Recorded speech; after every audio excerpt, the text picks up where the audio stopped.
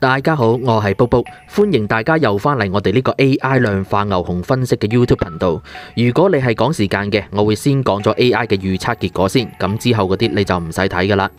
今日係2025年4月16號禮拜三，製片時間係下晝嘅4點15分。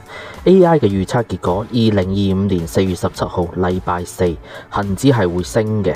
咁預測結果準定唔準呢？我都會喺當日收市之後喺留言區度公布翻嘅。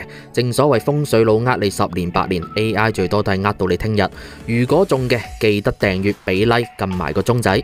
好，最後都要講翻量化牛熊分析，就係 AI 用數據同數學模型嚟判斷股市係牛市定係熊市，而唔係單靠個人感覺或者新聞解讀。OK， 咁我哋再次期待 AI 嘅下一次運算。如果運算結果機會率係大嘅時候，就會再同大家見面。